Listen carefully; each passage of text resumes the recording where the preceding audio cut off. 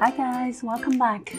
So, Nasdaq had grew very well today. It opened up with the gap up, breaking out this downward trend during the whole correction. So that is a very good sign. Another good sign is that this morning we had reached the resistance level here, which was the previous high 2 weeks ago. And not only we did not get rejected, but also we stayed above and slightly close above that. So that's another good sign. So after passing this resistance, the next level of resistance, the next target would be here around 13,600, which we're rejecting the index a few times already in the past. So let's see if we can get there next week. But overall, we have broken out the descending triangle today already. So for now, it's looking quite bullish. But today we had a very small volume again, smaller than 2 days ago, even with such a big run up and a big gap in between. So I think there are two reasons. One is that tomorrow is not a trading day, so we have a long weekend, a long Easter holiday.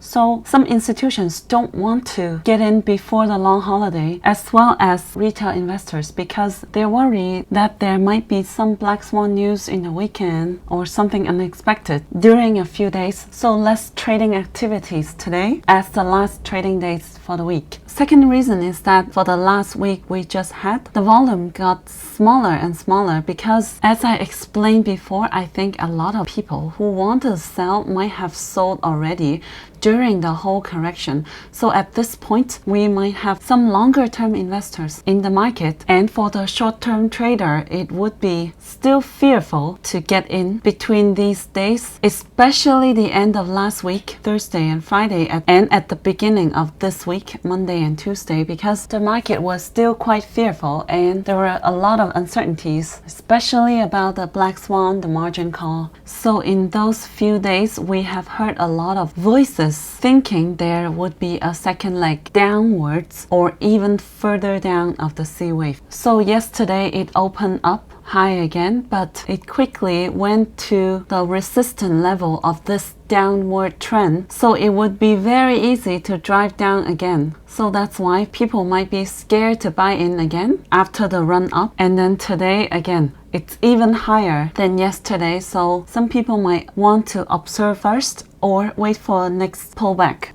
So that would explain why we have less and less volume for these recent days. But overall, the signal has been showing signs of bullish. And I have repeatedly mentioned that as long as we are still within the range above the support, below the resistance, we are still moving up and down in the correction and consolidating. And we're still okay, no need to panic yet. And what a volatile trip we just had in the past few weeks. And such an emotional roller coaster with a lot of mixed fear and greed at the same time. First, it was the rise of the bond yield, smashing a lot of the growth stocks, the tech stocks. And everything just came down like a flood. A lot of the panic sell had happened within these few days. So I said on March 5th, Friday, that I thought we have seen the bottom already, because I thought most of the panic selling action had already happened. And the institutions had taken away the cheap shares that people panic sold already. So I don't think they would let us buy back whatever we have panic sold at a bargain or cheaper price again. So we have seen the market rebounding fast and strong for a few days. And then on this day, it had a slight pullback because the bond yield was up again. So then on that day, in the Discord and the video, I said that I think the influence of the bond yield would be less and less to the stock market. So I don't think it's something we need to panic over. Here I said that I think the effect of the bond yield would be less to the market than a few weeks ago. And I drew out two situations, how much it can backtest down and get supported. And it turned out to be the situation one, and it did get supported by that trend line and bounce back up on that day and continue rising for a few days. And on this day, I said that Nasdaq is at the resistance level of 13,600, and I would prefer for it to come down and backtest support first, so it's a healthier correction. And we see that it has come down to test the support again, so we should have no surprise for it to dip again, right? And during this run up, I have reminded everyone, if you are using margin or you have no cash, take some chance to adjust the portfolio, take some profit, free up some cash, so you can use it to average down some of the stocks at loss later on. So if you have taken the chance to take some profit or free up some cash with the dip we bought, then you should have had chances to grab the dip with us last week as well. And then later on, it dipped further with the market backtesting the support, and also the Chinese stocks were beaten down quite a lot. There was the Hong Kong index and the Shanghai index were both down quite a lot at that time. The China-US relationship or political issue got worse, and there was the margin call of a large institution that was forced to sell out a lot of the Chinese stocks share at the same time. So it was quite dramatic fall for a lot of the Chinese stocks, and we had quite some fear going on. So I said finally we had some fear in the market, and that is a good sign for me. And at that time I drew out the chart and I said we should be here, so let's not lose hope, and we might see it bounce back up shortly after that. So I said that we might be here right now, so let's not lose hope, and we might see a rebound after. So everyone don't lose hope here. And we did see a rebound after that. This is the picture I drew before the rebound. So during this whole correction, our portfolio was down quite a lot with the hit of the bond yield issue, driving a lot of irrational panic sell, and then the SLR exemption to expire, causing more hit for a lot of growth stocks. And then the China-US political issue, causing a lot of the Chinese stocks going down even further. And then what happened with the margin call, giving a final kick to a lot of the Chinese stocks. So I saw a lot of fear going on because our portfolio were just getting hit and hit and hit and hit and hit again, torturing our emotion, and seeing a lot of the stocks, the companies we believe in, were treated like trash on the street.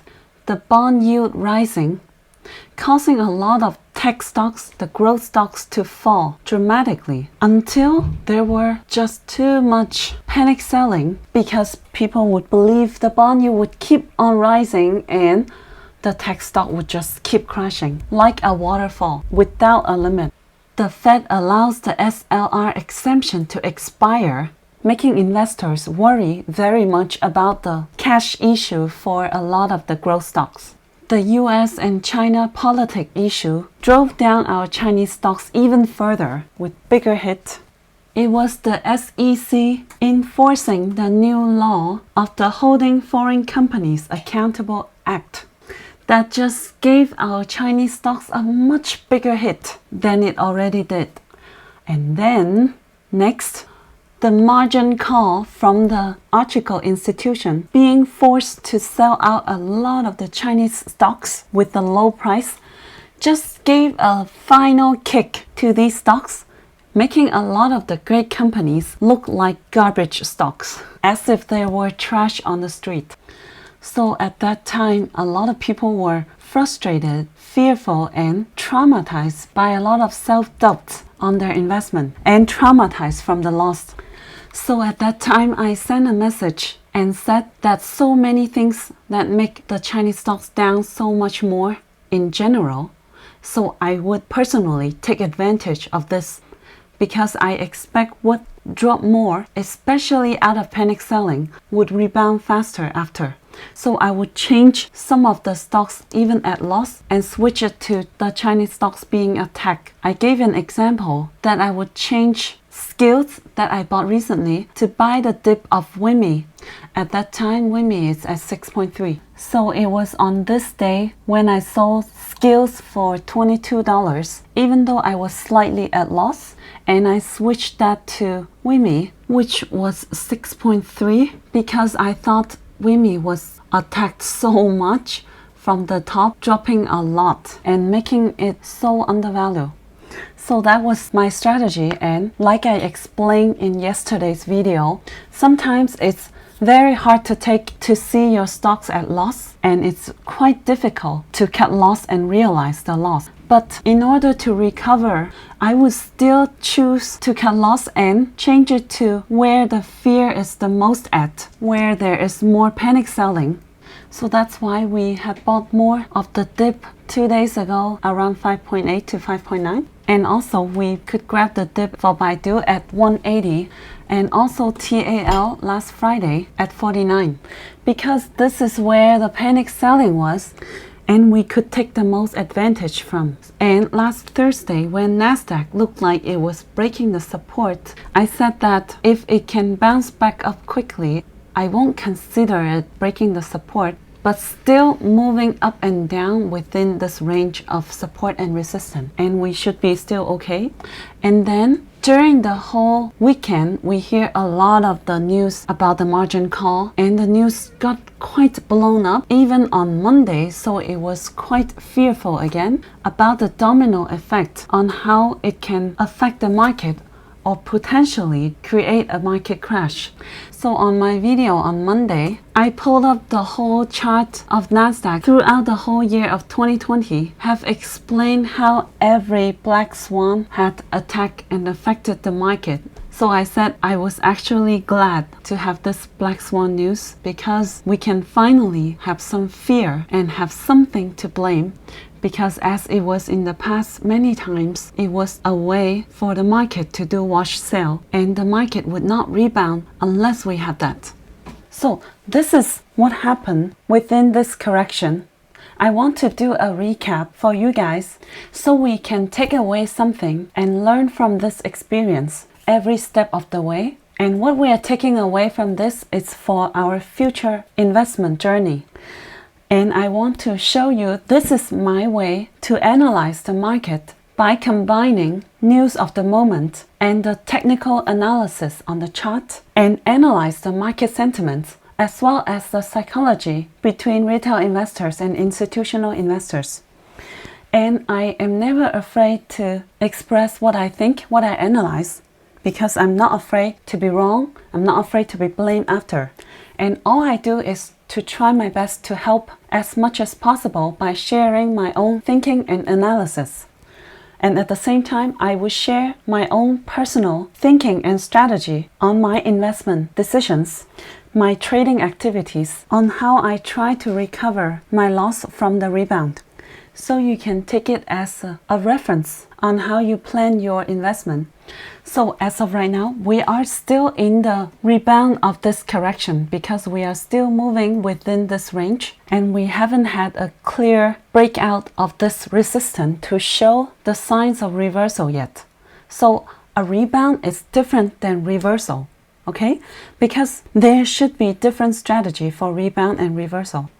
For example, I change the stocks at loss to the stocks that drop the hardest with the most panic sell for the rebound on the way up. But afterwards, if the market shows reversal, it would be more back to the fundamental of the companies. So when we're here, our strategy is to plan out the rebound. And if we have a reversal from here, our strategy would be back to the fundamentals of the companies, into planning out the future growth, the future return on investment, whether it's a short-term trade or long-term investment, something to plan out in a different strategy. Passing this line, 13,600, and potentially closing the gap created at the end of February between 13,750 to 13,900 would be more of a confirm to have a reversal. So for now, it's still treated as a rebound. And for strategy after the reversal, it's something that we also need to think about for the future. Because I still insist that this correction is kind of a refresh mode. It's a much bigger hit to the growth stocks, tech stocks, and Chinese stocks compared to the correction from before. Even though Nasdaq was only down around 10%, and the Dow Jones and S&P 500 keep making all-time high. As I said before, many times already, I think that what the market has trained us to do over the last 12 months, basically we need to forget about it now. And for example, to buy any specs before the run up and basically get it double or triple, if not more, etc. A lot of the strategy or habits that the market had trained us to have in the past 12 months, I think we basically need to forget about them. So I think now it's a good time to think, because I would treat this correction as a refresh of the market. There are a few factors that we can consider while we think about that. Number one, the margin call that happened last week, I think it would act as a little wake-up call for a lot of institutions and retail investors to deleverage their account if they're using margin. And I think even the government would look more into it, and the banks would be more careful. It's something we can pay attention to. Number two is the recovery. Last year, a lot of people were locked down and stay at home most of the time. They all had stimulus check and they had a lot of time at home. So they spent a lot of time in the stock market. And I think we can agree that a lot of the investors would have spent a lot more time in the stock market over the past year to look at stocks on a daily basis, versus normally that people might check their account once in a while. So with the recovery, we might see life getting more back to normal like before the COVID. So then it might drive to less time in stocks. So what does that mean? What would it affect the stock market? Think about it. If you want to spend less time in stocks, how would you choose your stocks differently? Would you rather put your investment into companies that you believe in the next 5 to 10 years so you can pay less attention to it and check less frequently? So if that's the case, what companies would be more popular? What companies would be less? For this issue, I would relate to the video I did before a week ago. The title is The Rule of the Prime Time. And I talked about how I sleep at night with my investment. And you can go check it out if you haven't. So I guess we can all spend time to think about this in the weekend. You can leave your comment down below and tell me what you think, whether you agree this is a refresh moment of the stock market, whether we need a fresh mind for our future investment. And what do you think about these changes that we might potentially have? During the weekend, I would also post video about what I think. Another big thing to point out for today is the VIX index. The VIX has finally broken through the support of this long-term rising trend, the 1,000-day moving average of 18.8, and the whole gap up a year ago by the COVID in February and March. This whole gap up that had been supporting the VIX index the whole year, because as we see, it really had been moving up and down this whole level, staying up high for a whole year already. And today it had finally broke the support and reached a new low for over a year. So the gap up from last year was from February 21st, gap from 18.2, and today we have reached 17.29, the lowest. Completely closed the gap from February 21st, because we see the crash basically happen from February 21st on this day, where the VIX had spiked up. So now we can say that the volatility in the VIX that's been driven by the COVID, it's officially finished, and we should be moving towards a normal level before the COVID now. So I think the stock market would start acting normal again before the COVID. Now that's it what I want to show you today. I did a recap of the whole correction of what happened within these few weeks, share with you my thinking process and logic.